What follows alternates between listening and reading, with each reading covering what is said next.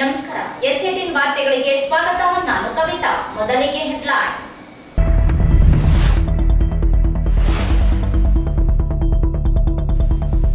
ನಗರಸಭೆ ಚುಕ್ಕಾಣಿ ಹಿಡಿಯಲು ಕಾಂಗ್ರೆಸ್ ಸಿದ್ಧತೆ. 15 ಜನ ಸದಸ್ಯರಿಗೆ ಪ್ರವಾಸ ಭಾಗ್ಯ.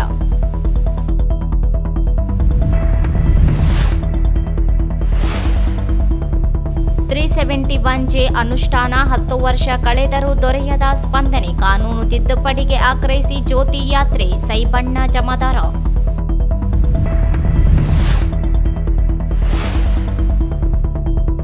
ಶಿಳ್ಳೆ ಖ್ಯಾತೆ ಕಿಳ್ಳೆ ಖ್ಯಾತೆ. ಎಸ್ಟಿ ಪಟ್ಟಿಯಲ್ಲಿ ರೇಣಮ್ಮ ವಿರುದ್ಧ ದಾಖಲಾದ ಜಾತಿ ನಿಂದನೆ ಪ್ರಕರಣ ರದ್ದುಗೊಳಿಸಲಿ ಮಹೇಂದ್ರ ಕುಮಾರ್ ಮಿತ್ರ.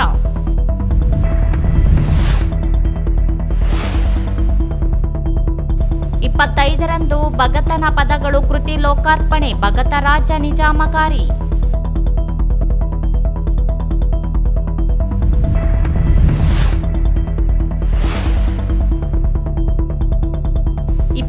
ರಂದು ರೈತ ಧ್ವನಿ ಕಿರುಚಿತ್ರ ಬಿಡುಗಡೆ. ಹನುಮಂತ ಬೇಗವಾಟ್.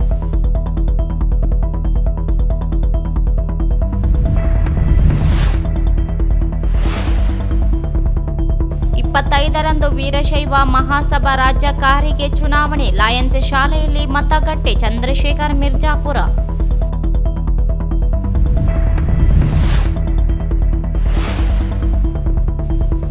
ಯಲಬುರ್ಗಾ ತಾಲೂಕಿನ ಸಂಗನಾಳದಲ್ಲಿ ದಲಿತ ಯುವಕನ ಕೊಲೆ. ಆರೋಪಿಗೆ ಕಠಿಣ ಶಿಕ್ಷೆ ವಿಧಿಸಲು ಒತ್ತಾಯ.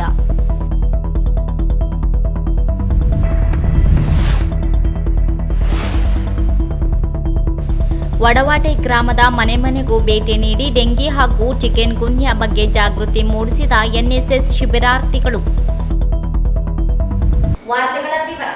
ನಗರಸಭೆ ಅಧ್ಯಕ್ಷ ಉಪಾಧ್ಯಕ್ಷ ಆಯ್ಕೆ ಪ್ರಕ್ರಿಯೆ 5 ದಿನ ಉಳಿದಿದ್ದು, ಕಾಂಗ್ರೆಸ್ ಅಧಿಕಾರ ಚುಕ್ಕಾಣಿಯನ್ನು ಹಿಡಿಯಲು ಪಕ್ಷದ ಸದಸ್ಯರೊಂದಿಗೆ ಪಕ್ಷೇತರರು ಹಾಗೂ ಜೆಡಿಎಸ್ ಓರ್ವ ಸದಸ್ಯರಿಗೆ ಪ್ರವಾಸ ಭಾಗ್ಯ ಕಲ್ಪಿಸಿದೆ.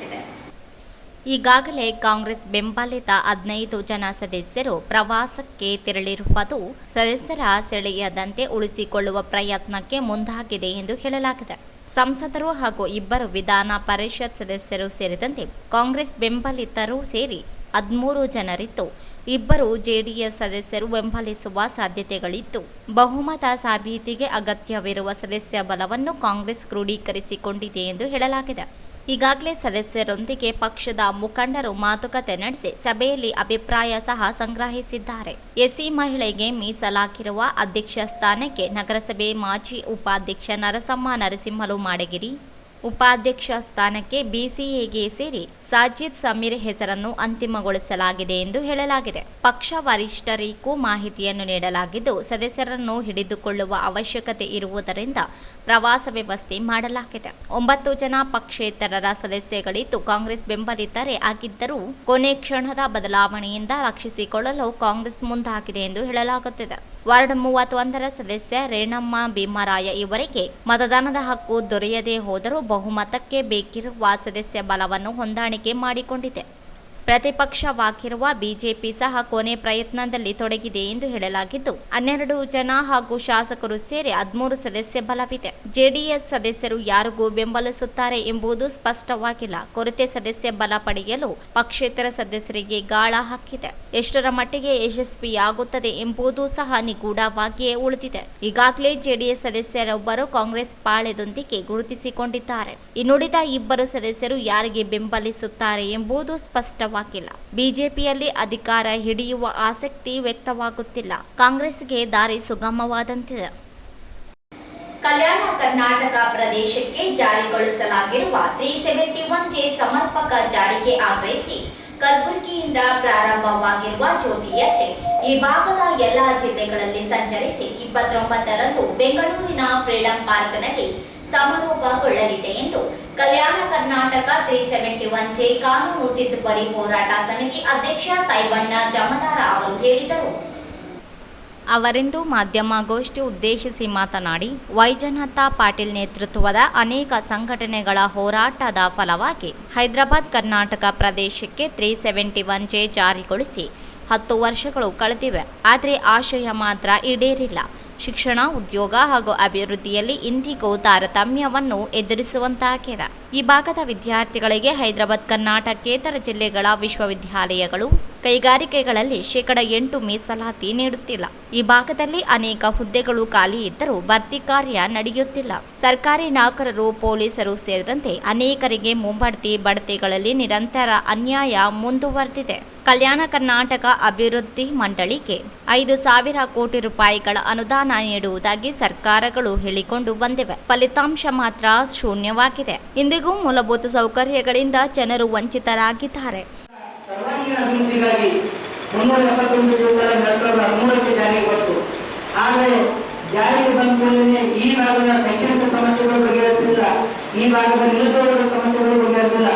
ಆಮೇಲೆ ನಾವು ಇವತ್ತು ಈ ಭಾಗದ ಡೆವಲಪ್ಮೆಂಟ್ ಆಗಬೇಕು, ಈ ಭಾಗದಲ್ಲಿ ಹೊಸ ಹೊಸ ಇಂಡಸ್ಟ್ರಿಗಳು ಬರಬೇಕು, ಈ ಭಾಗದ ನಿರುದ್ಯೋಗಿ ಯುವಕರಿಗೆ ಉದ್ಯೋಗಗಳು ಸಿಗಬೇಕು ಅಂತೇಳಿ ಏನು ಆಸೆ ಇಟ್ಕೊಂಡಿದ್ದೀವಿ, ಆ ಆಸೆ ಪರಿಪೂರ್ಣ ಆಗಿಲ್ಲ ಅನ್ನೋದು ನೋವಿನ ಸಂಗತಿಯಾಗಿದೆ. ಆ ಕಾರಣಕ್ಕಾಗಿ ನಾವು ಹಲವಾರು ಬೇಡಿಕೆಗಳನ್ನು ಇಟ್ಕೊಂಡು ಇವತ್ತು ಈ 371 ಜ್ಯೋತಿ ಯಾತ್ರೆಯನ್ನ ಮಾಡ್ತಾ ಇದ್ದೀವಿ. ಪ್ರಮುಖವಾಗಿ ನಾವು ಈ ಜ್ಯೋತಿ ಯಾತ್ರೆ ಉದ್ದಕ್ಕೂ ಎಲ್ಲಾ ಜಿಲ್ಲಾಧಿಕಾರಿಗಳ ಮೂಲಕ ರಾಜ್ಯಪಾಲರು ಮತ್ತು ಕರ್ನಾಟಕದ ಮುಖ್ಯಮಂತ್ರಿಯವರಿಗೆ ಮನವಿ ಪತ್ರವನ್ನು ಕೊಡ್ತಾ ಇದ್ದೀವಿ. ಜೊತೆಗೆ ನಮ್ಮ ಪ್ರಮುಖವಾದ ಬೇಡಿಕೆಗಳೇನೆಂದ್ರೆ ಇವತ್ತು 371 ಜ್ಯೋತಿಯನ್ನು ಸಮರ್ಪಕವಾಗಿ ಜಾರಿಗೆ ಬರಬೇಕು. ಹೈದರಾಬಾದ್ ಕರ್ನಾಟಕ ಹೊರತುಪಡಿಸಿ 24 ಜಿಲ್ಲೆಗಳಲ್ಲಿ 8% ನೇಮಕಾತಿ ಮತ್ತು ಮುಂಬಡ್ತಿ ಮೀಸಲಾತಿಯನ್ನು ಕೊಡಬೇಕು. ಇವತ್ತು ಹೆಚ್ಚಿಗೆ ಅಂದ್ರೆ ಹೈದರಾಬಾದ್ ಕರ್ನಾಟಕದಿಂದ ಸಿಬ್ಬಂದಿಗಳನ್ನು ಕೆಲಸ ಮಾಡ್ತಾ ಇದ್ದಾರೆ, ಅವರಿಗೆ 20% ಮೀಸಲಾತಿಯನ್ನು ನೀಡಿ ಇವತ್ತು ಅವರಿಗೆ ಪ್ರಮೋಷನ್ಗಳನ್ನ ಕೊಡ್ತಾ ಇದ್ದಾರೆ.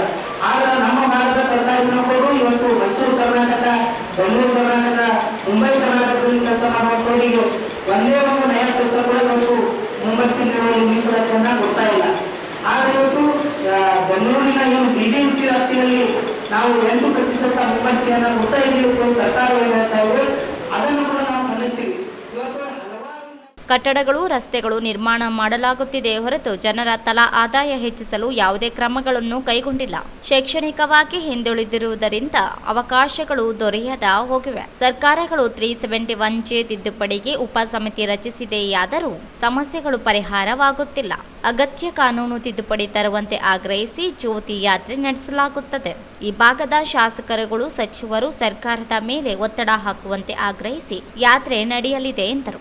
ಆ ದುಡ್ಡನ್ನು ಯಾವ ರೀತಿಯಾಗಿ ಖರ್ಚು ಮಾಡ್ತಾ ಇದ್ದಾರೆ, ಯಾಕೆ ಶೈಕ್ಷಣಿಕವಾಗಿ ನಾವು ಅಭಿವೃದ್ಧಿ ಮಾಡ್ತಾ ಇಲ್ಲ. ಇವತ್ತು ಏನು ನಮ್ಮ ಯಾದಗಿರಿ ಜಿಲ್ಲೆ ಒಂದರಲ್ಲೇ ಏನು 5,000 ಸಹಶಿಕ್ಷಕ ಉದ್ಯೋಗಗಳು ಖಾಲಿಯಾದವು. ಇವತ್ತು ಕಲಬುರಗಿ ಜಿಲ್ಲೆಯಲ್ಲಿ 3,000 ಉದ್ಯೋಗಗಳು ಖಾಲಿಯಾದವು. ಅದೇ ರೀತಿಯಾಗಿ ಎಲ್ಲ ನಮ್ಮ ಹೈದರಾಬಾದ್ ಕರ್ನಾಟಕದಲ್ಲಿ 12,045 ಏನು ಪ್ರೌಢಶಾಲೆಗಳದಾವ, ಎಲ್ಲ ಶಾಲೆಗಳಲ್ಲೂ ಕೂಡ ನಮ್ಮ ಭಾಗದ ಏನು ಇಲ್ಲಿ ಶಿಕ್ಷಕರು ಕೊರತೆಗಳದಾವ, ಆ ಶಿಕ್ಷಕರು ಕೊರತೆಗಳು ನೀಗಿಸಲಿಕ್ಕೆ ರೆಡಿ ಇಲ್ಲ. ಆಮೇಲೆ ಬೇರೆ ಬೇರೆ ಇಲಾಖೆಗಳು, ಕಂದಾಯ ಇಲಾಖೆ, ಪೊಲೀಸ್ ಇಲಾಖೆ, KPTCL, ಬೇರೆ ಎಲ್ಲ ಇಲಾಖೆಗಳಲ್ಲೂ ಕೂಡ ಇವತ್ತು ಉದ್ಯೋಗಗಳು ಖಾಲಿಯಾದವು. ಸರ್ಕಾರಕ್ಕೆ ಏನಾದರೂ ಈ ಭಾಗದ ಉದ್ಯೋಗಗಳನ್ನ ಭರ್ತಿ ಮಾಡಿಕೊಂಡು ಅಂದಾಗ ಆರ್ಥಿಕ ಇಲಾಖೆಯ ಪರವಾಗಿ ತಗೋಬೇಕು, ಅವರಿಂದ ಇದು ಪರ್ಮಿಷನ್ ತಗೋಬೇಕು ಅಂತ ಹೇಳ್ತಾರೆ. ಆದ್ರೆ ಹೈದರಾಬಾದ್ ಕರ್ನಾಟಕ ಭಾಗಕ್ಕೆ ವಿಶೇಷವಾದಂತ 371 ಸ್ಥಾನಮಾನ ಇರೋದ್ರಿಂದ, ಮೀಸಲಾತಿ ಇರೋದ್ರಿಂದ ಆರ್ಥಿಕ ಇಲಾಖೆಗೆ ಯಾವುದೇ ಅನುಮೋದನೆ ಅವಶ್ಯಕತೆ ಇಲ್ಲ. ಆದರೂ ಕೂಡ ಸರ್ಕಾರ ಇವತ್ತು ಕಾಂಗ್ರೆಸ್ ಸರ್ಕಾರನೂ ಅದೇ ಕೆಲಸ ಮಾಡ್ತಾ ಇದೆ, ಇಂದಿನ BJP ಸರ್ಕಾರನೂ ಈ ಭಾಗಕ್ಕೆ ಅನ್ಯಾಯ ಮಾಡ್ತಾನೆ ಬಂದಿದೆ. ಅದೇ ರೀತಿಯಾಗಿ ಏನು ಇವತ್ತು ಕಲ್ಯಾಣ ಕರ್ನಾಟಕ ಭಾಗದಲ್ಲಿರುವಂತಹ ಕಾರ್ಖಾನೆಗಳು, ಕಂಪನಿಗಳು, ಇಂಡಸ್ಟ್ರಿಗಳದಾವ, ಇವುಗಳಲ್ಲಿ ನಮಗೆ ಏನು ನಮ್ಮ ಭಾಗದ ನಿರುದ್ಯೋಗಿ ಯುವಕರಿಗೆ ಇವತ್ತು ITI ಮುಗಿಸಿದಾರ, ಡಿಪ್ಲೊಮಾ ಮುಗಿಸಿದಾರ, BE ಮುಗಿಸಿದಾರ, ಅವರೆಲ್ಲರೂ ಕೂಡ ಇವತ್ತು ಪುನಃ ಮುಂಬೈ, ಹೈದರಾಬಾದ್, ಈ ಕಡೆ ಬೆಂಗಳೂರಲ್ಲೂ ಕೆಲಸ ಮಾಡ್ತಾ ಇದ್ದಾರೆ. ಆದ್ರೆ ನಮ್ಮ ಹತ್ರ ಇರುವಂತ ಇಂಡಸ್ಟ್ರಿಗಳದಾವ, ನಮ್ಮ ಹತ್ರ ಕಂಪನಿಗಳದಾವ, ದೊಡ್ಡ ದೊಡ್ಡ ಫ್ಯಾಕ್ಟ್ರಿಗಳದಾವ, ಇಲ್ಲಿ UP, ಬಿಹಾರ್, ಗುಜರಾತ್ ಬಂದು ಕೆಲಸಗಳನ್ನ ಮಾಡ್ತಾ ಇದ್ದಾರೆ. ಇದು ನೋವಿನ ಸಂಗತಿ. ಈ ಸಂದರ್ಭದಲ್ಲಿ ವಿಜಯಕುಮಾರ ಮಠಪತಿ, ಯಶವಂತ ರಾಜ್ ಸೂರ್ಯವಂಶಿ, ಶ್ರೀನಿವಾಸ ದೇವರೆಡ್ಡಿ, ಮುಕ್ಕಪ್ಪ ಚೌಹಾಣ್, DS ಹಡಲಗಿ ಸೇರಿದಂತೆ ಅನೇಕರಿದ್ದರು. ಶಿಳ್ಳಿ ಖ್ಯಾತರು ಹಾಗೂ ಕಿಳ್ಳಿ ಖ್ಯಾತರ ಒಂದೇ ವೃತ್ತಿ ಸಮುದಾಯಗಳಾಗಿದ್ದು 1977ರಲ್ಲಿ ಹಿಂದುಳಿದ ವರ್ಗಗಳಲ್ಲಿದ್ದ 2 ಜಾತಿಗಳನ್ನು ಪರಿಶಿಷ್ಟ ಜಾತಿ ಪಟ್ಟಿಯಲ್ಲಿಯೇ ಕೇಂದ್ರ ಹಿಂದುಳಿದ ಬುಡಕಟ್ಟು ಹಾಗೂ ಸಮಾಜ ಕಲ್ಯಾಣ ಕಾರ್ಮಿಕ ಸಚಿವಾಲಯ ಪ್ರಕಟಿಸಿದ್ದು, ನಗರದ ವಾರ್ಡ್ ನಂಬರ್ 31 ಸದಸ್ಯ ರೇಣಮ್ಮ ವಿರುದ್ಧ ದಾಖಲಾಗಿರುವ ಜಾತಿ ದೌರ್ಜನ್ಯ ಪ್ರಕರಣ ರದ್ದುಗೊಳಿಸಬೇಕೆಂದು ಪರಿಶಿಷ್ಟ ಜಾತಿಗಳ ಒಕ್ಕೂಟದ ರಾಜ್ಯಾಧ್ಯಕ್ಷ ಮಹೇಂದ್ರ ಕುಮಾರ್ ಮಿತ್ರ ಅವರು ಆಗ್ರಹಿಸಿದರು. ಅವರಿಂದು ಮಾಧ್ಯಮಗೋಷ್ಠಿ ಉದ್ದೇಶಿಸಿ ಮಾತನಾಡಿ, ನಗರಸಭೆ ವಾರ್ಡ್ 31ರಿಂದ ಶಿಳ್ಳಿ ಖ್ಯಾತ ಪ್ರಮಾಣದ ಪತ್ರದಿಂದ ಸ್ಪರ್ಧಿಸಿ ಗೆಲುವು ಸಾಧಿಸಿರುವ ರೇಣಮ್ಮ ಭೀಮರಾಯ ಇವರು ಸುಳ್ಳು ಜಾತಿ ಪ್ರಮಾಣ ಪತ್ರ ಪಡೆದಿರುವ ಕುರಿತು ಛಲವಾದಿ ಮಹಾಸಭಾದ ಮಾಜಿ ಅಧ್ಯಕ್ಷ ರವೀಂದ್ರನಾಥ ಪಟ್ಟಿ ನೀಡಿರುವ ದೂರಿನ ಮೇರೆಗೆ ಜಾರಿ ನಿರ್ದೇಶನಾಲಯ ಸ್ಥಳ ಪರಿಶೀಲನೆ ನಡೆಸಿ ನೀಡಿದ ವರದಿ ಆಧಾರದ ಮೇಲೆ ಜಿಲ್ಲಾ ಜಾತಿ ಪ್ರಮಾಣ ಪತ್ರ ಪರಿಶೀಲನಾ ಸಮಿತಿ ಅಧ್ಯಕ್ಷರೂ ಆಗಿರುವ ಜಿಲ್ಲಾಧಿಕಾರಿಗಳು ಜಾತಿ ಪ್ರಮಾಣ ಪತ್ರ ರದ್ದುಗೊಳಿಸಲು ಸೂಚಿಸಿದ್ದರು.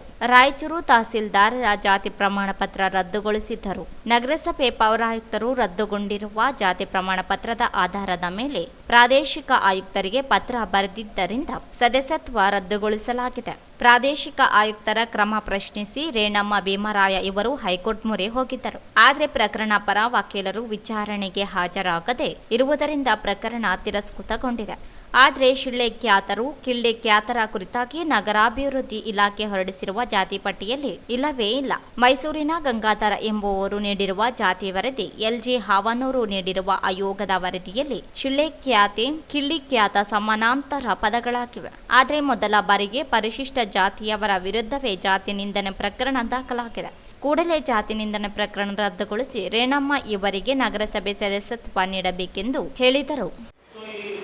ಪೇಜ್ ನಂಬರ್ 1 ನಲ್ಲಿ ಎಲೆಕ್ಷನ್ ನಡೆದಿದ್ದು, ರಿಸಲ್ಟ್ ಬಂದಿದ್ದು, ಮತ್ತೆ ರವೀಂದ್ರನಾಥ್ ಪಟ್ಟಿ ಅವರು ಕಂಪ್ಲೇಂಟ್ ಕೊಟ್ಟಿದ್ದು, ನಾಗರಿಕ ಹಕ್ಕು ಜಾರಿ ನಿರ್ದೇಶನಾಲಯ ಅಧಿಕಾರಿಗಳು DCVCಗೆ ಕ್ಯಾಸ್ಟ್ ಡಿಸ್ಟ್ರಿಕ್ಟ್ ಕಾಸ್ಟ್ ವೆರಿಫಿಕೇಶನ್ ಕಮಿಟಿಗೆ ಅವ್ರದ್ದು conclusion report, opinion report submit ಮಾಡಿದ್ದು. ಆಮೇಲೆ ತಹಸೀಲ್ದಾರ್ ಅವರು DCVC ರಿಪೋರ್ಟ್ ಆದಮೇಲೆ ತಹಸೀಲ್ದಾರ್ ಅವರು ರೇಣಮ್ಮನ ಜಾತಿ ರದ್ದು ಮಾಡಿದ್ದು. ಅದಾದ ನಂತರ ಮುನ್ಸಿಪಲ್ ಕಮಿಷನರ್ ಅವರು ಮುನ್ಸಿಪಲ್ ಕಾರ್ಪೊರೇಷನ್ ಮುನ್ಸಿಪಾಲಿಟೀಸ್ ಆಕ್ಟ್ 1964 ಅಡಿಯಲ್ಲಿ ಸೆಕ್ಷನ್ 41 ಕ್ಲಾಸ್ 1 ಅಡಿಯಲ್ಲಿ ರೀಜನಲ್ ಕಮಿಷನರ್ ಅವರಿಗೆ ಪ್ರಪೋಸಲ್ ಕಳಿಸಿದ್ದು ಇವರು ಸದಸ್ಯತ್ವ ರದ್ದು ಮಾಡಬೇಕಂತೇಳಿ. ಸೊ ಅದಾದ ಮೇಲೆ ರೀಜನಲ್ ಕಮಿಷನರ್ ಅವರು ಸದಸ್ಯತ್ವ ರದ್ದು ಮಾಡ್ತಾರೆ. ಆ ಸದಸ್ಯತ್ವವನ್ನು ಚಾಲೆಂಜ್ ಮಾಡಿ ಶ್ಯಾಮ್ ಸುಂದರ್ ಅವರು ವಕೀಲರು, ಡೆಸಿಗ್ನೇಟೆಡ್ ಸೀನಿಯರ್ ಅಡ್ವೊಕೇಟ್, ಬೆಂಗಳೂರಲ್ಲಿರ್ತಾರೆ ಇವರು. ಸೊ ಇವರು ಒಂದು ರಿಟ್ ಪಿಟಿಷನ್ ಫೈಲ್ ಮಾಡ್ತಾರೆ. ಅವರು ಹೈಕೋರ್ಟ್ ಅವರು 2020 ಇದು ಫೈಲ್ ಆಗಿರೋ ಕೇಸು 2028 ಸೀರಿಯಲ್ ನಂಬರ್ 9ರಲ್ಲಿ 28/7/2022, 26/10/2023 ಮತ್ತೆ 2/1/2024 ಕಾನ್ಸಿಕ್ಯೂಟಿವ್ 3 ಸಕ್ಸೆಸಿವ್ ಡೇಟ್ಸ್ ಅವ್ರಿಗೆ ಕೊಟ್ಟರು. ಏನಂತೇಳಿ ಏನಾದರೂ ಒಂದು ಅಪಿಯರ್ ಆಗಿ ಈ ಕೇಸ್ ಬಗ್ಗೆ ವಾದ ಮಾಡಂತೇಳಿ. ಆದರೆ ಈ ಅಡ್ವೊಕೇಟ್ ಅವರು ಬರೋದಿಲ್ಲ. ಆ ಕಾರಣಕ್ಕಾಗಿ ಇದು ಡ್ಯೂ ಟು ನಾನ್ ಪ್ರಾಸಿಕ್ಯೂಷನ್ ಇದು ಡಿಸ್ಮಿಸ್ ಆಗಿಬಿಡುತ್ತೆ. ಸೊ ಡಿಸ್ಮಿಸ್ ಆದ ನಂತರ ಇಲ್ಲಿ ಅಸಿಸ್ಟ್ ಅಂದರೆ DCVC ಅವರು ಏನು ಆದೇಶ ಮಾಡಿರಲ್ಲ, ಇದು ಇಡೀ ದೇಶದಲ್ಲೇ ಒಂದು ದೊಡ್ಡ ದುರಂತ ಘಟನೆ. ಇದು ಪರಿಶಿಷ್ಟ ಜಾತಿಯವರ ಮೇಲೆ ಅಟ್ರಾಸಿಟಿ ಕೇಸ್ ಆಗಬಾರ್ದಾಗಿತ್ತು. ನೀವು ಅವರು ಜಾತಿ ಪ್ರಮಾಣ ಪತ್ರ ರದ್ದು ಮಾಡಿದ ಕಾರಣ ಅವ್ರ ಮೇಲೆ ಕ್ರಿಮಿನಲ್ ಕೇಸ್ ಆಗಿದೆ. ಸೊ ಈಗಲೂ ಭಾರತ ಸರ್ಕಾರ ಮತ್ತು ಕರ್ನಾಟಕ ಸರ್ಕಾರದ ಆದೇಶಗಳಿದ್ದಾವೆ. ಈಗಲೂ ನೀವು ಪರಿಗಣಿಸಿ 100 ಮಂದಿ ಅಪರಾಧಿಗಳು ತಪ್ಪಿಸ್ಕೊಂಡ್ರು ಪರವಾಗಿಲ್ಲ ಅನ್ನೋದು ಸಿದ್ಧಾಂತ ನಮ್ಮ ದೇಶದಲ್ಲಿ ಹೇಳ್ತಾರ. ಆದ್ರೆ ಒಬ್ಬರು ನಿರಪರಾಧಿಯವ್ರಿಗೆ ಶಿಕ್ಷೆ ಆಗಬಾರ್ದು ಅಂತ ಹೇಳ್ತಾರೆ. ರೇಣಮ್ಮ ಅವರು ಕಂಪಲ್ಸರಿ ನಿರಪರಾಧಿ. ಯಾಕಂತಂದ್ರೆ ನೀವು ನಮಗೆ ದಾಖಲೆಗಳು ಅಲ್ಲ, ಇವೆಲ್ಲ ರಾಜ್ಯ ಸರ್ಕಾರದ ದಾಖಲೆ ಮತ್ತೆ ಕೇಂದ್ರ ಸರ್ಕಾರದ ದಾಖಲೆಗಳು. ಸೊ ಇದಕ್ಕಾಗಿ ನೀವು ಪರಿಗಣಿಸಿ ಆಯನ ಮೇಲೆ ನೀವು ಒಟ್ಟಿಗೆ ಕೊಡ್ತಿರೋ ಬಿಡ್ತಿರೋ ನಿಮ್ಗೆ ಬಿಟ್ಟಿದ್ದು. ಆದ್ರೆ ಆಯನ ಮೇಲೆ ಅಟ್ರಾಸಿಟಿ ಕೇಸ್ ಮಾತ್ರ ವಿಡ್ರಾ ಮಾಡ್ಬೇಕು. ನ್ಯಾಯ ಅಂತೇಳಿ ನಾನು ಮಾತಾಡೋದಕ್ಕೆ 2 ದಿವಸ ಆಯ್ತು. ಭೀಮರಾಯ ಇಲ್ಲ ಬೆಂಗಳೂರಲ್ಲಿ ಇದೇ ಹೈಕೋರ್ಟ್ ಅಡ್ವೊಕೇಟ್ನ ಅಪ್ರೋಚ್ ಆಗ್ಲಿಕ್ಕೆ ಕೂತಿದ್ದಾನೆ. ನನಗೆ ಸಿಕ್ಕಿದ್ರೆ ನಾನು ಅಸಲು ನೀವು ತಗೊಂಡ್ಬರ್ತಿದ್ದೆ. ಬೆಂಗಳೂರಾಗಿದ್ದೀನಿ. ಹುಸೇನ ಪಲಕನ ಮರಡಿ ಉಪಸ್ಥಿತರಿದ್ದರು.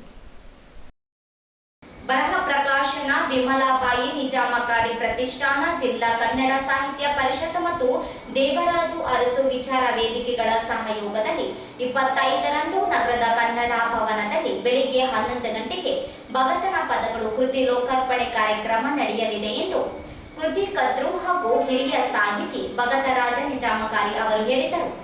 ಅವರಿಂದು ಮಾಧ್ಯಮಗೋಷ್ಠಿ ಉದ್ದೇಶಿಸಿ ಮಾತನಾಡಿ, ಕಾರ್ಯಕ್ರಮವನ್ನು ಜಿಲ್ಲಾ ಕನ್ನಡ ಸಾಹಿತ್ಯ ಪರಿಷತ್ ನಿಕಟಪೂರ್ವ ಅಧ್ಯಕ್ಷ ಡಾಕ್ಟರ್ ಬಸವಪ್ರಭು ಬೆಟ್ಟದೂರು ಉದ್ಘಾಟಿಸಲಿದ್ದಾರೆ. ಕೃತಿಯನ್ನು ಬಿಡುಗಡೆಗೊಳಿಸಿ ಕನ್ನಡ ಅಭಿವೃದ್ಧಿ ಪ್ರಾಧಿಕಾರದ ಮಾಜಿ ಅಧ್ಯಕ್ಷ ಪ್ರೊಫೆಸರ್ ಸಿದ್ದರಾಮಯ್ಯ ಪರಿಚಯಿಸಲಿದ್ದಾರೆ. ಮುಖ್ಯ ಅತಿಥಿಗಳಾಗಿ ಪ್ರೊಫೆಸರ್ ಶಾಶ್ವತಯ್ಯ ಮುಕ್ಕುಂದಿಮಠ, ಜಿಲ್ಲಾ ಹೆಚ್ಚುವರಿ ಪೊಲೀಸ್ ವರಿಷ್ಠಾಧಿಕಾರಿ ಡಾಕ್ಟರ್ ಶಿವಕುಮಾರ್, ಚಿತ್ರಕಲಾವಿದ ಎಂ ಕೃಷ್ಣ ರಾಯಚೂರು, ತಾಲೂಕು ಕನ್ನಡ ಸಾಹಿತ್ಯ ಪರಿಷತ್ ಅಧ್ಯಕ್ಷ ವೆಂಕಟೇಶ ಬೇವಿನ ಬೆಂಚಿ, ಈರಣ್ಣ ಬೆಂಗಾಲಿ, ಗಡಿ ಪ್ರದೇಶ ಅಭಿವೃದ್ಧಿ ಪ್ರಾಧಿಕಾರ ಸದಸ್ಯ ಶಿವರೆಡ್ಡಿ ಕೊಪ್ಪಳ ಆಗಮಿಸಲಿದ್ದಾರೆ. ಕೃತಿಯ ಕುರಿತು ಮುಕ್ತ ಸಂವಾದ ನಡೆಸಲು ಅವಕಾಶ ನೀಡಲಾಗುತ್ತದೆ ಎಂದರು. ಕನ್ನಡ ಸಾಹಿತ್ಯ ಪರಿಷತ್ತಿನ ಅಧ್ಯಕ್ಷರಾಗಿರುವ ಶ್ರೀ ವೆಂಕಣ್ಣ ಪಾಟೀಲ್ ಅಳವಡಿಕೆ ಮಾಡ್ತಾರೆ. ಪ್ರಸ್ತಾವನೆಯನ್ನು ನಾನು ಮಾಡ್ತಾ ಇದ್ದೇನೆ. ಪುಸ್ತಕದ ಬಗ್ಗೆ ವಿವರವಾಗಿ ತಿಳಿಸ್ತೀನಿ. ಉದ್ಘಾಟನೆ ಡಾಕ್ಟರ್ ಬಸವಪ್ರಭು ಬೆಟ್ಟದೂರು, ನಿಕಟಪೂರ್ವ ಅಧ್ಯಕ್ಷರು, ಕನ್ನಡ ಸಾಹಿತ್ಯ ಪರಿಷತ್ತು ನಿರ್ವಹಿಸುತ್ತಿದ್ದಾರೆ. ಕೃತಿ ಬಿಡುಗಡೆ ಮತ್ತು ಸದಸ್ಯ ಪ್ರೊಫೆಸರ್ ಸಿದ್ದರಾಮಯ್ಯ ಎಸ್.ಜಿ., ಮಾಜಿ ಅಧ್ಯಕ್ಷರು, ಕನ್ನಡ ಅಭಿವೃದ್ಧಿ ಪ್ರಾಧಿಕಾರ ಬೆಂಗಳೂರು ಮತ್ತು ಬೆಂಗಳೂರಿನ ಇರುವ ಪ್ರತಿಯೊಂದು ಕನ್ನಡ ಕಾರ್ಯಕ್ರಮದಲ್ಲಿ ಸಕ್ರಿಯರಾದಂತಹ ಇವರು 24-25ಕ್ಕೆ ಒಂದು ಹೋರಾಟದ ಪ್ರಯುಕ್ತ ಮೈಸೂರಿನಲ್ಲಿ ಬೇಕಾಗಿತ್ತು. ಈ ಪುಸ್ತಕದ ಬಿಡುಗಡೆ ಸಲುವಾಗಿ ಮೈಸೂರಿಗೆ ಬರೆದಿದ್ದಾರೆ. ಅವರ ಪರವಾಗಿ ಅವರು ತಿಳಿಪಡಿಸುತ್ತೇನೆ. ನಂತರ ಮುಖ್ಯ ಅತಿಥಿಗಳಾಗಿ ಶಾಶ್ವತ ಮುಖ್ಯಪಟ್ಟ ಸಿನ್ನೂರು ಸಾಹಿತಿಗಳು, ಪ್ರಾಚಾರ್ಯರು ಮತ್ತು ಕನ್ನಡಕ್ಕೆ ಬಹಳಷ್ಟು ಪರಿಣಿತರಾಗಿರುವಂಥವರು. ನಂತರ ಡಾಕ್ಟರ್ ಶಿವಕುಮಾರ್ ನನಗೆ ಜಿಲ್ಲಾ ವಿಶೇಷ ವರಿಷ್ಠ ಅಪೋಲಿಸ್ ಅಧಿಕಾರಿಗಳು ಅತಿಥಿಗಳಾಗಿ ಬರಲಿದ್ದಾರೆ. ನಂತರ ಕೃಷ್ಣ ರಾಯಚೂರು, ಇವರು ರಾಯಚೂರಿನವರೇ ಬೆಂಗಳೂರಿಗೆ ನಡೆಸಿ ಅದೇ ಸಾಹಿತ್ಯ ಮತ್ತು ಕಲಾವಿದರ ಬಹಳಷ್ಟು ವಿಶ್ವಾಸಾಗಿದ್ದಾರೆ. ಅವರು ಬರಲಿದ್ದಾರೆ. ನೆಕ್ಸ್ಟ್ ಶ್ರೀ ವೆಂಕಟೇಶ್ ದೇವನಂಜಿ, ಅಧ್ಯಕ್ಷರು, ಕನ್ನಡ ಸಾಹಿತ್ಯ ಪರಿಷತ್ ತಾಲೂಕು ಅಧ್ಯಕ್ಷರು, ಇವರು ಬರಲಿದ್ದಾರೆ. ನೆಕ್ಸ್ಟ್ ಈರಣ್ಣ ಬೆಂಗಾಲಿ ಸಾಹಿತಿಗಳು ಮತ್ತು ಶಿವರೆಡ್ಡಿ ಕೊಪ್ಪಳ, ಇವರು ಸದಸ್ಯರು, ಕರ್ನಾಟಕ ಗಡಿ ಪ್ರದೇಶ ಅಭಿವೃದ್ಧಿ ಪ್ರಾಧಿಕಾರ ಬೆಂಗಳೂರು, ಇವರು ಬರಲಿದ್ದಾರೆ. ಈ ಕಾರ್ಯಕ್ರಮವನ್ನು ವಿಜಯ ರಾಜೇಂದ್ರ ನಿರ್ವಹಿಸಿದ್ದಾರೆ. ಈ ಸಂದರ್ಭದಲ್ಲಿ ಶಿವಶಂಕರ ನಿಜಾಮಗಾರಿ, ತಾಯಪ್ಪ ಹೊಸೂರು, ಬಶೀರ್ ಅಹಮದ್ ಹೊಸಮನಿ, ಜಿ. ಸುರೇಶ್, ರುದ್ರಯ್ಯ ಗಾಣಾಚಾರಿ ಉಪಸ್ಥಿತರಿದ್ದರು. ಸಾಮಾಜಿಕವಾಗಿ ನಿತ್ಯವೂ ಎದುರಿಸುತ್ತಿರುವ ಸಮಸ್ಯೆಗಳ ಆಧರಿಸಿ ರೂಪಿತ ಕಥಾವಸ್ತುವಿನ ಕಿರುಚಿತ್ರ ರೈತ ಧ್ವನಿ ಆಗಸ್ಟ್ 27ರಂದು ಬಿಡುಗಡೆಗೊಳಿಸಲಾಗುತ್ತದೆ ಎಂದು ಹನುಮಂತ ಬ್ಯಾಗವಟ್ ಅವರು ಹೇಳಿದರು. ಅವರಿಂದು ಮಾಧ್ಯಮಗೋಷ್ಠಿ ಉದ್ದೇಶಿಸಿ ಮಾತನಾಡಿ, ಅಪ್ರಾಪ್ತರು ಕುಡಿತ ಚಟಕ್ಕೆ ದಾಸರಾಗುತ್ತಿರುವುದು, ಅಪ್ರಾಪ್ತರು ಮದುವೆಯಂತಹ ಘಟನೆಗಳು ನಡೆಯುತ್ತಿರುವುದು, ಸಮಾಜದ ಮೇಲಾಗುವ ದುಷ್ಪರಿಣಾಮಗಳ ಕುರಿತು ಕಿರುಚಿತ್ರ ಸಿದ್ಧಪಡಿಸಲಾಗಿದೆ. ಬೆಂಗಳೂರು, ಲಿಂಗಸೂರು ಸೇರಿ ಸ್ಥಳೀಯ ಕಲಾವಿದರು ನಟಿಸಿರುವ ಕಿರುಚಿತ್ರ ಭೀಮಾನಾದ 27 ಯೂಟ್ಯೂಬ್ನಲ್ಲಿ ಬಿಡುಗಡೆಗೊಳಿಸಲಾಗುತ್ತದೆ. ಸ್ಥಳೀಯ ಕಲಾವಿದ ಪ್ರತಿಭೆಗಳಿಗೆ ಜನರು ವೀಕ್ಷಿಸುವ ಮೂಲಕ ಬೆಂಬಲಿಸುವಂತೆ ಮನವಿ ಮಾಡಿದ್ರು.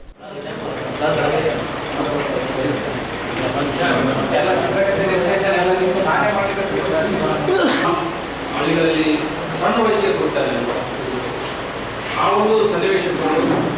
ಆಮೇಲೆ ಚಿಕ್ಕ ಚಿಕ್ಕ ವಯಸ್ಸಿನಲ್ಲಿ ಮದುವೆಗಳನ್ನು ಮಾಡ್ತಾರೆ ಹಳ್ಳಿ ಗ್ರಾಮೀಣರು.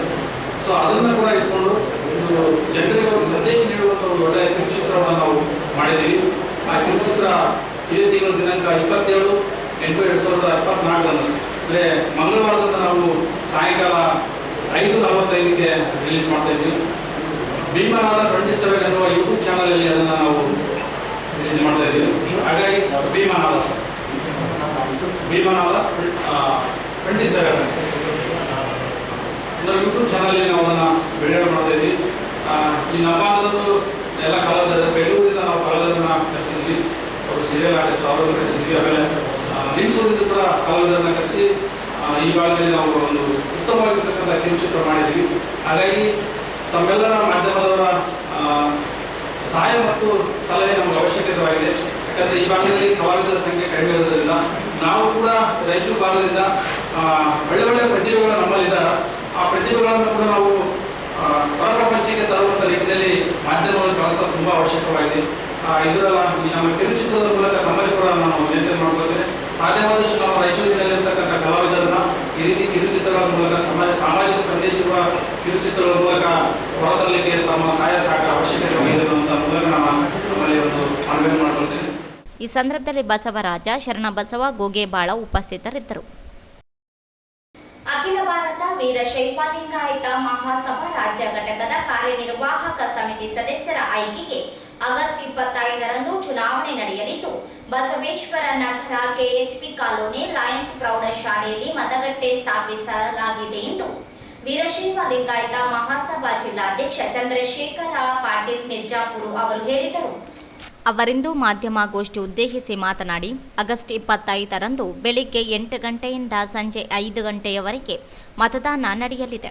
ಈ ಹಿಂದೆ ಬಸವೇಶ್ವರ ಕಾಲೋನಿಯ ಹೇರೂರು ಚಂದ್ರರಾಯಗೌಡ, ಮಲ್ಹಾರ ಸಿದ್ದಪ್ಪ ಗೌಡ, ಕರ್ರೆಡ್ಡಿ ಮಹಾವಿದ್ಯಾಲಯದಲ್ಲಿ ಮತದಾನಕ್ಕೆ ವ್ಯವಸ್ಥೆ ಮಾಡಲಾಗಿತ್ತು. ರಾಯಚೂರು ವಿವಿಯಲ್ಲಿ ಪದವಿ ಪರೀಕ್ಷೆಗಳು ನಡೆಯುವುದರಿಂದ ಸುತ್ತಲೂ 144 ಜಾರಿಯಲ್ಲಿರುವುದರಿಂದ ಮತದಾನ ಸ್ಥಳವನ್ನು ಲಯನ್ಸ್ ಪ್ರೌಢಶಾಲೆಗೆ ಬದಲಾವಣೆ ಮಾಡಲಾಗಿದೆ ಎಂದರು. ಡಾಕ್ಟರ್ ಶಾಮನೂರು ಶಿವಶಂಕರಪ್ಪ, ಈಶ್ವರ ಖಂಡ್ರೆ ಮತ್ತು ಶಂಕರ್ ಎಂ ಬಿದರಿ ಅವರ ಬೆಂಬಲಿತ ಅಭ್ಯರ್ಥಿಗಳಿಗೆ ಮತ ಚಲಾಯಿಸಿ ಗೆಲ್ಲಿಸಬೇಕೆಂದು ಮನವಿ ಮಾಡಿದರು.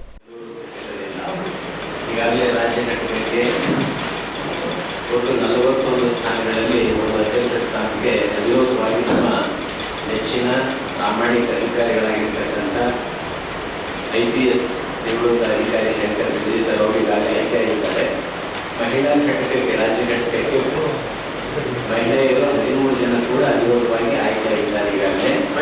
ಜೊತೆಗೆ 27 ಸ್ಥಾನಗಳಿಗೆ, ಪುರುಷ ಸಾಮಾನ್ಯ ಸ್ಥಾನಗಳಿಗೆ ಚುನಾವಣೆ ದಿನಾಂಕ 25/8/2024 ಬೆಳಿಗ್ಗೆ 8 ಗಂಟೆಯಿಂದ 5 ಗಂಟೆಯವರೆಗೆ ನಮ್ಮ ರಾಯಚೂರು ನಗರದ ಲಯನ್ಸ್ ಶಾಲೆ, ಲಯನ್ಸ್ ಸ್ಕೂಲ್ ಏನಿದೆ, KHB ಪ್ರೌಢಶಾಲೆ, KHB ಕಾಲೋನಿನಲ್ಲಿ ನಡೀತದೆ. ನಮ್ಮ ರಾಯಚೂರು ಜಿಲ್ಲೆಯಲ್ಲಿ 1230 ಮತದಾರರು, ಅಂದರೆ ಏನು 2500 ರೂಪಾಯಿ ಮತ್ತು ಅದಕ್ಕೂ ಮೇಲ್ಪಟ್ಟು ಹಣವನ್ನು ಪಾವತಿಸಿ ಸದಸ್ಯತ್ವವನ್ನು ಪಡೆದಂಥ ಸಮಾಜ ಬಾಂಧವರು ಮತದಾನಕ್ಕೆ ಮತದಾನವನ್ನು ಮಾಡಲು ಅರ್ಹರಾಗಿದ್ದಾರೆ. ಅಂಥವರೆಲ್ಲರಿಗೂ ಈಗಾಗಲೇ ನಾವು ಪ್ರಚಾರವನ್ನು ಕೈಗೊಂಡು ಈಗೆಲ್ಲ ಸಿದ್ಧತೆಗಳನ್ನು ಕೂಡ ಮಾಡಿಕೊಂಡಿದ್ದೇವೆ. ಹಾಗೂ ನಾವು ಮುಂಚೆ ನಾವೀಗಾಗಲೇ ಪತ್ರಿಕಾ ಪ್ರಕಟಣೆಯಲ್ಲಿ ಒಂದು ಏನು ಮತದಾನ ನಡೆಯುವ ಸ್ಥಳವನ್ನು ಹೇರೂರು ಚಂದ್ರೇಗೌಡ ಮಲ್ಹಾರ ಅಂತೇಳಿ ನಮ್ಮ ವೀರಶೈವ ಸಮಾಜದ BEd ಕಾಲೇಜಲ್ಲಿ ಮಾಡಬೇಕಂತಕ್ಕಂಥದ್ದು ನಿರ್ಧರಿಸಿದ್ವಿ. ಕಾರಣಾಂತರದಿಂದ ಅಂದರೆ ಏನು, ರಾಯಚೂರು ವಿಶ್ವವಿದ್ಯಾಲಯದ ಪರೀಕ್ಷೆಗಳು, ಪದವಿ ಪರೀಕ್ಷೆಗಳಲ್ಲಿ ನಡೀತಿರೋದ್ರಿಂದ ಅಲ್ಲಿ ಮಾಡಲಿಕ್ಕೆ ಬರೋದಿಲ್ಲ, 144 ಸೆಕ್ಷನ್ ಇರ್ತದೆ ಅನ್ನೋ ದೃಷ್ಟಿಯಿಂದ ಈಗ ಲಯನ್ಸ್ ಪ್ರೌಢಶಾಲೆ, KHB ಕಾಲೋನಿ, ಬಸವೇಶ್ವರ ನಗರ, ಲಿಂಗಸೂರು ರಸ್ತೆ, ರಾಯಚೂರು ಇಲ್ಲಿ ನಾವು ಮಾಡಲಿಕ್ಕೆ. ರಾಜ್ಯದ 27 ಪುರುಷ ಸ್ಥಾನಗಳಿಗೆ ಚುನಾವಣೆ ನಡೆಯಲಿದ್ದು, ರಾಯಚೂರು ಜಿಲ್ಲೆಯಿಂದ ಡಾಕ್ಟರ್ ಸೋಮನಾಥ ರೆಡ್ಡಿ ಗಣದಿನ್ನಿ ವಕೀಲ ಕಣಕ್ಕಿಳಿದಿದ್ದಾರೆ. ರಾಜ್ಯದಲ್ಲಿ ಒಟ್ಟು 57 ಅಭ್ಯರ್ಥಿಗಳು ಕಣದಲ್ಲಿ ಇದ್ದಾರೆ ಎಂದರು. ರಾಜ್ಯದಲ್ಲಿ ಮಹಾಸಭಾಕ್ಕೆ 31,137 ಮತದಾರರು ಇದ್ದಾರೆ. ರಾಯಚೂರು ಜಿಲ್ಲೆಯಲ್ಲಿ 1,230 ಮತದಾರರು ಇದ್ದಾರೆ. ಜಿಲ್ಲೆಯ ಪ್ರತಿಯೊಬ್ಬ ವೀರಶೈವ ಲಿಂಗಾಯತ ಮಹಾಸಭಾದ ಮತದಾರರು ಮತವನ್ನು ಚಲಾಯಿಸಿ ಗೆಲ್ಲಿಸಬೇಕೆಂದು ಮನವಿ ಮಾಡಿ. ಈ ಸಂದರ್ಭದಲ್ಲಿ ಚುನಾವಣಾಧಿಕಾರಿ ಸುರೇಶ್ ಕುಮಾರ್, ವಕೀಲ ಮಹೇಶ್ ಕುಮಾರ್, ನೀಲಕಂಠ ಸ್ವಾಮಿ, ಡಾಕ್ಟರ್ ಪರಮೇಶ್ವರ ಸಾಲಿಮಠ, ಸೋಮನಾಥ ರೆಡ್ಡಿ ಗಣದಿನ್ನಿ ವಕೀಲ ಸೇರಿದಂತೆ ಅನೇಕರಿದ್ದರು. ಯಲಬುರ್ಗಾ ತಾಲೂಕಿನ ಸಂಗನಾಳ ಗ್ರಾಮದಲ್ಲಿ ದಲಿತ ಯುವಕನನ್ನು ಕೊಲೆ ಮಾಡಿದ ಆರೋಪಿಗೆ ಕಠಿಣ ಶಿಕ್ಷೆ ನೀಡಿ ಮೃತರ ಕುಟುಂಬಕ್ಕೆ ಪರಿಹಾರ ನೀಡಬೇಕು ಎಂದು ಡಾಕ್ಟರ್ BR ಅಂಬೇಡ್ಕರ್ ಸೇನಾ ಸಮಿತಿಯಿಂದ ಜಿಲ್ಲಾಧಿಕಾರಿ ಸ್ಥಾನಿಕ ಅಧಿಕಾರಿಗಳಿಗೆ ಮನವಿ ಸಲ್ಲಿಸಲಾಯಿತು. ಕೊಪ್ಪಳ ಜಿಲ್ಲೆಯ ಯಲಬುರ್ಗಾ ತಾಲೂಕಿನ ಸಂಗನಾಳ ಗ್ರಾಮದಲ್ಲಿ ದಲಿತ ಯುವಕ ಯಮನೂರ ಸ್ವಾಮಿ ಬಂಡೇಹಳ್ಳಿ ಇವರು ಹೇರ್ ಕಟಿಂಗ್ ಮಾಡಿಸಲು ಹೋದಾಗ ಕ್ಷೌರಿಕ ಅಂಗಡಿ ಮಾಲೀಕ ಮುದುಕಪ್ಪ ಹಡಪದ ಇವರು ಹೇರ್ ಕಟಿಂಗ್ ಮಾಡುವುದಿಲ್ಲವೆಂದು ಅವಾಚ್ಯ ಶಬ್ದಗಳಿಂದ ನಿಂದಿಸಿ ಜಗಳ ಮಾಡಿದ ನಂತರ ಕತ್ತರಿಯಿಂದ ತಿವಿದು ಕೊಲೆ ಮಾಡಿದ್ದಾರೆ ಎಂದು ದೂರಿದರು. ಈ ಕುರಿತು ಯಲಬುರ್ಗಾ ಪೊಲೀಸ್ ಠಾಣೆಯಲ್ಲಿ ದೂರು ದಾಖಲಾಗಿತ್ತು. ಈ ಪ್ರಕರಣವನ್ನು ಗಂಭೀರವಾಗಿ ಪರಿಗಣಿಸಿ ಆರೋಪಿಗೆ ಕಠಿಣ ಶಿಕ್ಷೆ ನೀಡಬೇಕು. ಜನರಿಗೆ ಜಾತಿ ತಾರತಮ್ಯ ಹೋಗಲಾಡಿಸಲು ಜಾಗೃತಿ ಮೂಡಿಸಲು ಸಭೆ ನಡೆಸಬೇಕು. ಮೃತರ ಕುಟುಂಬಕ್ಕೆ 5 ಎಕರೆ ಜಮೀನು, ಸರ್ಕಾರಿ ಉದ್ಯೋಗ ನೀಡಬೇಕು ಎಂದು ಒತ್ತಾಯಿಸಿದರು.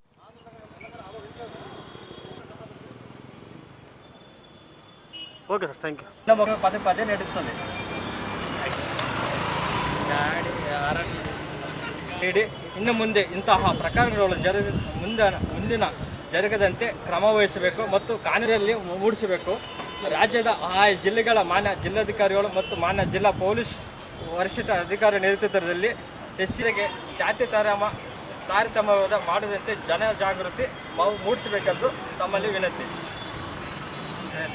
ಡಾಕ್ಟರ್ BR ಅಂಬೇಡ್ಕರ್ ಸೇನಾ ಸಮಿತಿ ಒಕ್ಕೂಟದ ನೀಲಸೇನೆ ಕರ್ನಾಟಕ ಸಮಿತಿ ವತಿಯಿಂದ ತಮ್ಮಲ್ಲಿ ವಿನಂತಿಸಿಕೊಂಡಿದ್ದಾರೆ. ಕರ್ನಾಟಕದ ರಾಜ್ಯದ ಕೊಪ್ಪಳ ಜಿಲ್ಲೆಯ ಯಲಬುರ್ಗಾ ತಾಲೂಕಿನ ಸಂಗನಾಳ ಗ್ರಾಮದಲ್ಲಿ ದಲಿತ ಯುವಕನಾದ ಯಮನೂರ ಸ್ವಾಮಿ ಮಂಡ್ಯಾಳ ಈತನನ್ನು ಕೊಲೆ ಮಾಡಿರುವ ಘಟನೆಯನ್ನು ನಮ್ಮ ಸಂಘಟನೆಯ ವತಿಯಿಂದ ತೀವ್ರವಾಗಿ ಖಂಡಿಸುತ್ತದೆ. ದಿನಾಂಕ 19/8/2024 ಯಲಬುರ್ಗ ತಾಲೂಕಿನ ಸಂಗನೂರು ಗ್ರಾಮದಲ್ಲಿ ದಲಿತ ಯುವಕನಾದ ಯಮನೂರ ಈ ಸಂದರ್ಭದಲ್ಲಿ ಬಿ ಸುಧಾನಂದ ಮಾನವಿ, ಕಾರ್ಯಾಧ್ಯಕ್ಷ ರಂಗಪ್ಪ ಅಸ್ಕಿಹಾಳ, ಸಂಘಟನೆ ಕಾರ್ಯದರ್ಶಿ ಪರಮೇಶ ಯರಮರಸ್, ಕೆ ತಿಮ್ಮಪ್ಪ, ಆನಂದ ಏಕನೂರು, ರಾಜು ಆಶಾಪೂರು, ರಮೇಶ್ ಸಿರವಾರ ಸೇರಿದಂತೆ ಅನೇಕರಿದ್ದರು. ನಗರದ ಸರ್ಕಾರಿ ಪ್ರಥಮ ದರ್ಜೆ ಮಹಿಳಾ ಕಾಲೇಜಿನ ರಾಷ್ಟ್ರೀಯ ಸೇವಾ ಯೋಜನೆ ಘಟಕವು ತನ್ನ ದತ್ತು ಗ್ರಾಮ ವಡವಾಟಿಯಲ್ಲಿ ಆಯೋಜಿಸಿರುವ ವಾರ್ಷಿಕ ವಿಶೇಷ ಶಿಬಿರದ 3ನೇ ದಿನದ ಕಾರ್ಯಚಟುವಟಿಕೆಗಳ ಭಾಗವಾಗಿ ಗ್ರಾಮಸ್ಥರಿಗೆ ಆರೋಗ್ಯ ಸಂಬಂಧ ವಿಷಯಗಳ ಕುರಿತು ಜಾಗೃತಿ ಮೂಡಿಸಿದರು. ವಡವಾಟೆ ಗ್ರಾಮದ ಮನೆ ಮನೆಗೂ ಭೇಟಿ ನೀಡಿ ಮನೆಗಳಲ್ಲಿನ ನೀರಿನ ಶೇಖರಣೆಯನ್ನು ಪರಿಶೀಲಿಸಿದ ಎನ್ಎಸ್ಎಸ್ ಶಿಬಿರಾರ್ಥಿಗಳು ಡೆಂಗು ಹಾಗೂ ಚಿಕನ್ ಗುನ್ಯಾ ಕಾಯಿಲೆಗಳಿಗೆ ಕಾರಣವಾಗುವ ಸೊಳ್ಳೆಗಳ ಉತ್ಪತ್ತಿಗೆ ಅವಕಾಶ ಮಾಡಿಕೊಡುವ ಶುದ್ಧ ನೀರನ್ನು, ತುಂಬಿಸಿಟ್ಟ ಪಾತ್ರೆಗಳನ್ನು, ಡ್ರಮ್ಗಳನ್ನು, ಬ್ಯಾರೆಲ್ಗಳನ್ನು ತಪಾಸಿಸಿ ಸೊಳ್ಳೆ ಹುಳು ಉತ್ಪತ್ತಿಯಾಗದೇ ಇರುವಂತೆ ನೀರಿನ ಶೇಖರಣೆಗಳನ್ನು ಹೊದಿಕೆಯಿಂದ ಮುಚ್ಚಿಡುವಂತೆ ಮನೆಯ ಸದಸ್ಯರಲ್ಲಿ ಕೋರಿದರು. ಅಥವಾ ಯಾವುದೋ ಒಂದು ರೀತಿಯ ನೀರು ಹೋಗ್ಲಾರ ಬಳಕೆ ಎಷ್ಟಾರೆ ಮಾಡ್ರಿ, ಆದ್ರೂ ಪೋಲ್ ಮಾಡ್ಬೇಡ್ರಿ. ಎರಡನೇದು ಇಲ್ಲಿ ನೋಡ್ರಿ, ಇದ್ರೊಳಗೆ ಸಾಕಷ್ಟು ಕಸರದ ನಿಮ್ಗೆ ಗೊತ್ತೈತೆ. ಈಗ ಡೆಂಗ್ಯೂ ಜ್ವರ ಮತ್ತು ಚಿಕನ್ ಗುನ್ಯಾ ಅಂತೆಲ್ಲ ಬರ್ತಾವ, ಕೇಳಿರಲ್ಲ ಇವೆಲ್ಲ. ಡೆಂಗ್ಯೂ ಜ್ವರ ಮತ್ತು ಚಿಕನ್ ಗುನ್ಯಾ ಎರಡು ಬರೋದು ಸೊಳ್ಳೆಯಿಂದಾನೆ, ಎರಡು ರೋಗಗಳು. ಡೆಂಗ್ಯೂ ಜ್ವರ ಅಂತಂತಂದ್ರೆ ಬಹಳ ಅದಕ್ಕೆ ಚಿಕಿತ್ಸೆನೇ ಇಲ್ಲ, ನಿರ್ದಿಷ್ಟ ಮೇಲ್ನೋಟಕ್ಕೆ ಚಿಕಿತ್ಸೆ ಕೊಡ್ತಾರೆ ಅಷ್ಟೇ. ಜ್ವರಕ್ಕೆ ಪ್ಯಾರಾಸಿಟಮಲ್ ಕೊಡ್ತಾರೆ, ಮತ್ತೊಂದು ಡೈಕ್ಲೋಫಿನಾಲ್ ಅದೇನೋ ನೋವಿಗೆ ಕೊಡ್ತಾರೆ, ಅದೆಲ್ಲ ಓಕೆ. ಆದ್ರೆ ಡೆಂಗ್ಯೂಗೆ ಅಂತ ಟ್ರೀಟ್ಮೆಂಟ್ ಯಾವುದೂ ನಿರ್ದಿಷ್ಟ ಇಲ್ಲ. ಅದರಿಂದ ಬಚಾವಾಗೋದೇನಂತಂದ್ರೆ ಸೊಳ್ಳೆ ಉತ್ಪತ್ತಿ ಆಗ್ಲಾರ್ದಂಗೆ ನೋಡ್ಕೋಬೇಕು, ಸೊಳ್ಳೆ ಇಲ್ಲದೆ ಇರೋಂಗೆ ನೋಡ್ಕೊಳ್ಳೋದೇ ಅದಕ್ಕೆ ಔಷಧಿ. ಎರಡನೇದು ಚಿಕನ್ ಗುನ್ಯಾ ಬಂದ್ರೆ ಈ ಕೀಲು ನೋವುಗಳು ಶಾಶ್ವತವಾಗಿ ಉಳಿದು ಬಿಡ್ತಾವ. ನಾವು ಹಿರಿಯರನ್ನು ನೋಡಿದ್ವಿ. ಈ ಒಂದು 15 ವರ್ಷದಿಂದ ಬಹಳ ಹಾವಳಿ ಆಗಿದೆ. ಮೆಲ್ಲಕ್ ಬಿಡ್ರಿ, ಮುಂದೆ ಕಾಲ್ ತಪ್ಪಿಂದ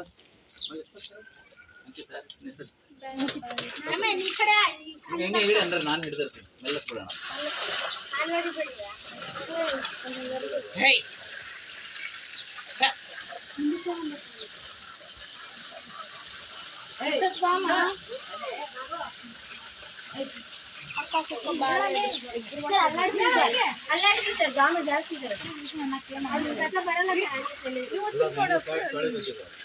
నాకు 2 సార్లు తిరిగినా ఏమనలేదు. అయిపోయింది, ఇష్టమైంది. దానికి కింద చల్లి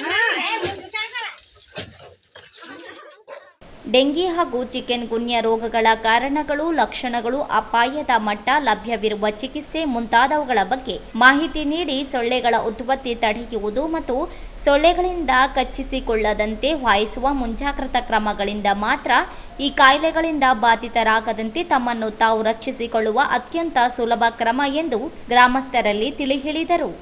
ಗ್ರಾಮದ ಮನೆ ಮನೆಗೂ ಭೇಟಿ ನೀಡಿ ನೀರಿನ ಸಂಗ್ರಹಾರಗಳನ್ನು ಪರಿಶೀಲಿಸಿದ ಎನ್ಎಸ್ಎಸ್ ಕಾರ್ಯಕ್ರಮ ಅಧಿಕಾರಿ ಡಾಕ್ಟರ್ ಸಂತೋಷ್ ಕುಮಾರ್ ರೇವೂರ ಹಾಗೂ ಶಿಬಿರಾರ್ಥಿಗಳು ಲಾರ್ವಾಗಳಿರುವ ನೀರಿನ ಪಾತ್ರೆಗಳನ್ನು, ಡ್ರಮ್ಗಳನ್ನು ಹಾಗೂ ಬ್ಯಾರೆಲ್ಗಳನ್ನು ಸ್ವಚ್ಛಗೊಳಿಸುವ ಮೂಲಕ ಡೆಂಗಿ ಹಾಗೂ ಚಿಕನ್ ಗುನ್ಯಾ ಕುರಿತಾದ ಮನೆ ಮನೆ ಜಾಗೃತಿ ಕಾರ್ಯಕ್ರಮಗಳನ್ನು ಯಶಸ್ವಿಯಾಗಿ ನೆರವೇರಿಸಿದರು.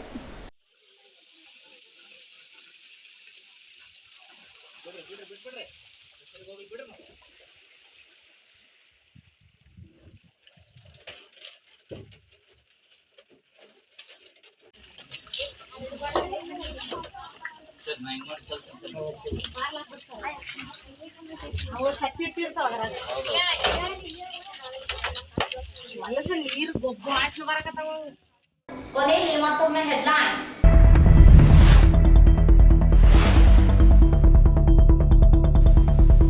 ನಗರಸಭೆ ಚುಕ್ಕಾಣಿ ಹಿಡಿಯಲು ಕಾಂಗ್ರೆಸ್ ಸಿದ್ಧತೆ, 15 ಜನ ಸದಸ್ಯರಿಗೆ ಪ್ರವಾಸ ಭಾಗ್ಯ.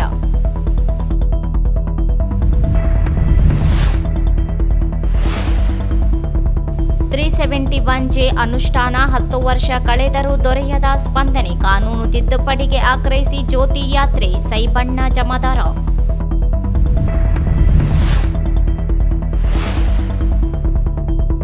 ಶಿಳ್ಳೆ ಖ್ಯಾತೆ, ಕಿಳ್ಳೆ ಖ್ಯಾತೆ, ಎಸ್ಟಿ ಪಟ್ಟಿಯಲ್ಲಿ ರೇಣಮ್ಮ ವಿರುದ್ಧ ದಾಖಲಾದ ಜಾತಿ ನಿಂದನೆ ಪ್ರಕರಣ ರದ್ದುಗೊಳಿಸಲಿ, ಮಹೇಂದ್ರ ಕುಮಾರ್ ಮಿತ್ರ.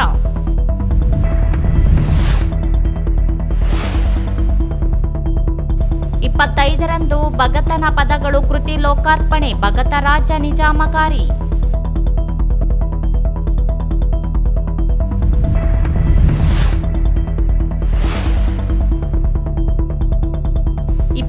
ರಂದು ರೈತ ಧ್ವನಿ ಕಿರುಚಿತ್ರ ಬಿಡುಗಡೆ ಹನುಮಂತ ಬೇಗವಾಟ್.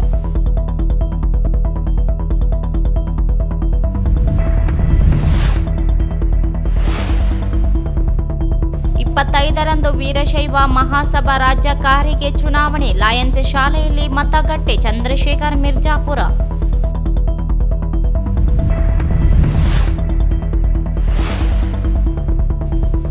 ಯಲಬುರ್ಗಾ ತಾಲೂಕಿನ ಸಂಗನಾಳದಲ್ಲಿ ದಲಿತ ಯುವಕನ ಕೊಲೆ ಆರೋಪಿಗೆ ಕಠಿಣ ಶಿಕ್ಷೆ ವಿಧಿಸಲು ಒತ್ತಾಯ.